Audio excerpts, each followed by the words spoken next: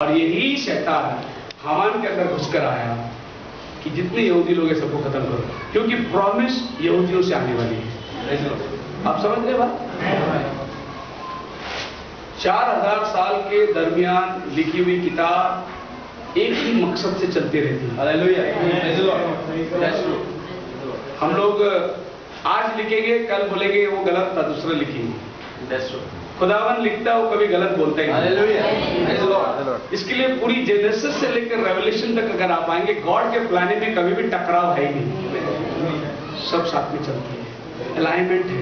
आप बोल ही नहीं सकते ये वचन ऐसा क्यों कहता है और ये वचन ऐसा क्यों कहता है। दोनों वचन आपस में मिलेगा, क्योंकि दोनों वचन का लिखने वाला परमेश्वर है। सो एस्तर का किताब ले लो, चाहे रूत की किताब ले लो, आपको जो किताब बाइबल से ले लो, उसका मास्टर जो है वो खुदावन है, इसकी आत्मा से लिखी गई है। एक अध्याय दूसरे अध्याय के साथ टकराव नहीं होगी। आप मेरे साथ हैं? मैंने पहले कहा था आज थोड़ा मैसेज लंबा होगा, स्टोरी थोड़ी बड़ी है। Praise the Lord. अब हम आएंगे चौथा अध्याय के अंदर और उसका 11 वचन में, जब आज्ञा चली गई यहूदियों को मार डालने की, तो मुर्दकै एस्तर को पूछता है, अब तेरे हाथ में है यहूदियों का बचाव, क्या करेगी तू?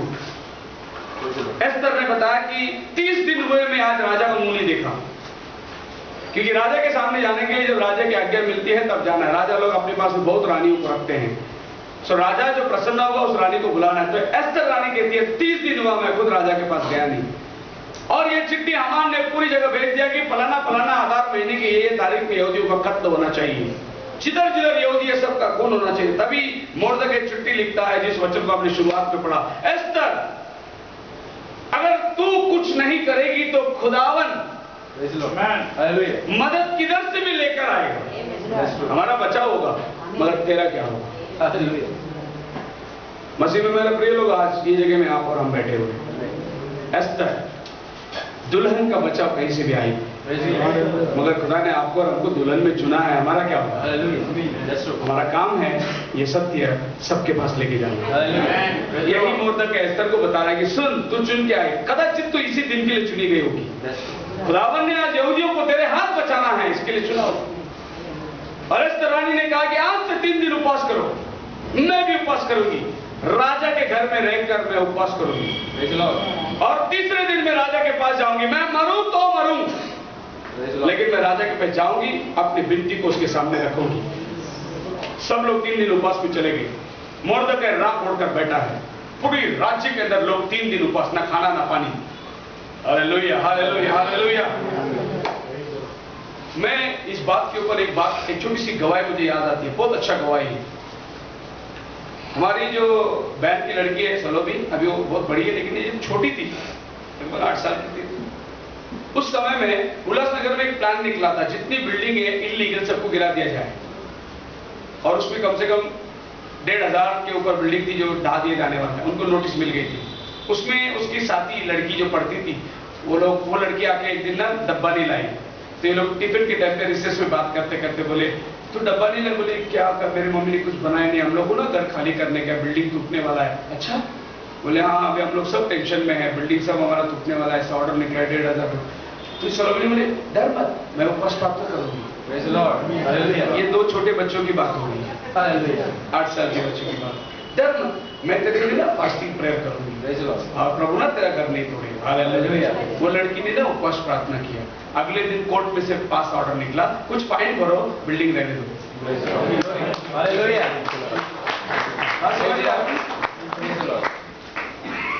एक छोटी लड़की का प्रार्थना खुदावन सुन के 800 बिल्डिंग बच गया। अरे ये दुनिया में मालूम है, न्यूज़पेपर में नहीं है, लेकिन ये दुल्हन का काम है। हालेलुया।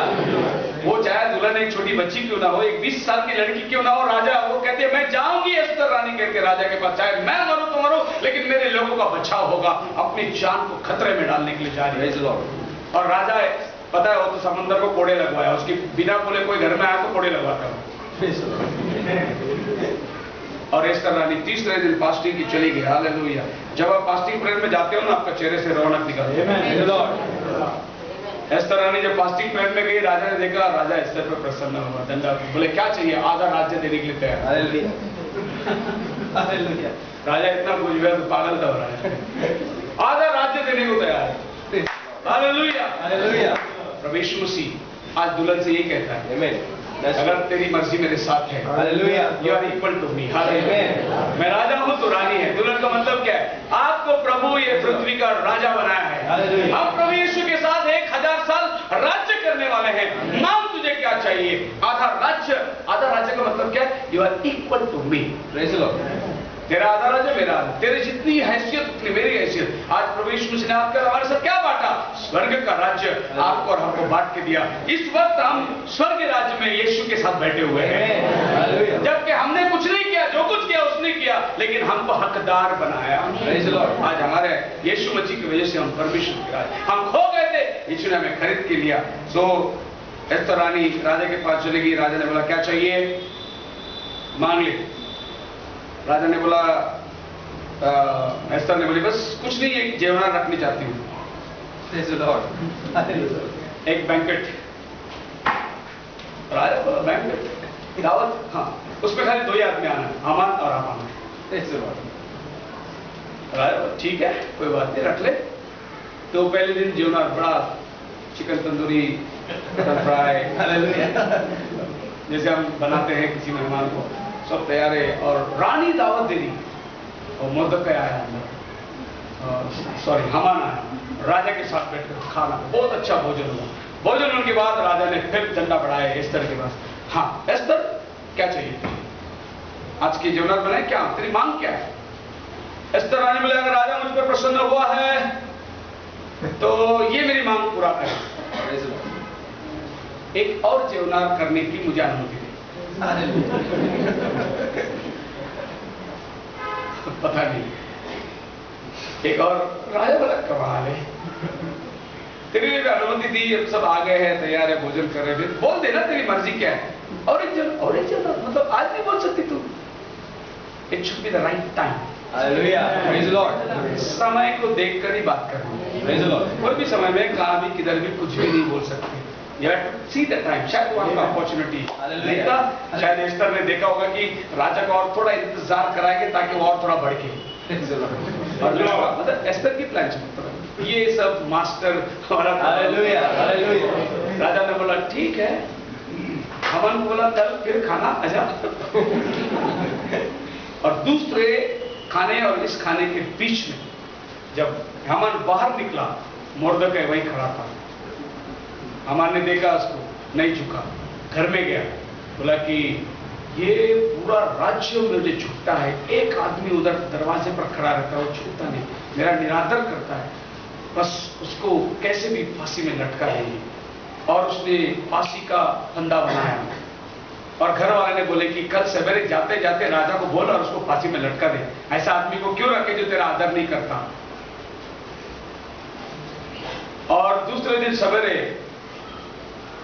हामान यहां आने के पहले, जो पहले दिन भोजन करने के बाद राजा को रात को नींद नहीं आई।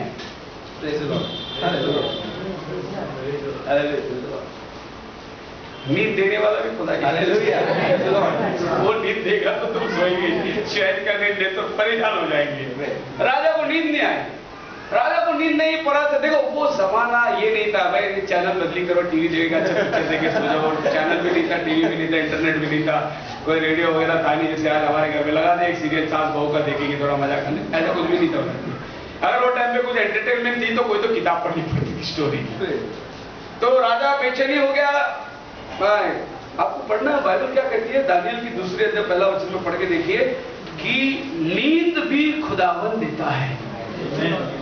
और अभी खुदावन ने क्या किया, इस आदमी के नींद को बेचैन कर दिया। और ये नींद से बेचैन हुआ, पढ़िए दानियल 2:1। अपने राज्य के दूसरे वर्ष में हाँ, नबूकदनेस्सर ने ऐसा स्वप्न देखा, हाँ, जिससे उसका मन बहुत ही व्याकुल हो गया, हाँ, और उसको नींद ना आई। उसका मन बहुत व्याकुल हो गया, एक सपना देखा और उसको नींद नहीं आई। राजा परेशान है, रानी ने आज खाना रख के असलियत क्यों नहीं बताया। ऐसे उसको चाहिए क्या, इतना बढ़िया खाना था, फिर बोल देनी चाहिए तो मैं पूरा कर लेता था। राजा को नींद नहीं आया, तो राजा नींद नहीं आया तो बोले कि भाई कुछ इतिहास पढ़ा जाए, राजा के लिए कुछ इतिहास पढ़ा जाए। हालेलुया। तो वहां पर जो मंत्री साहब थे गए लाइब्रेरी के अंदर। अब राजा का लाइब्रेरी बहुत बड़ी होगी,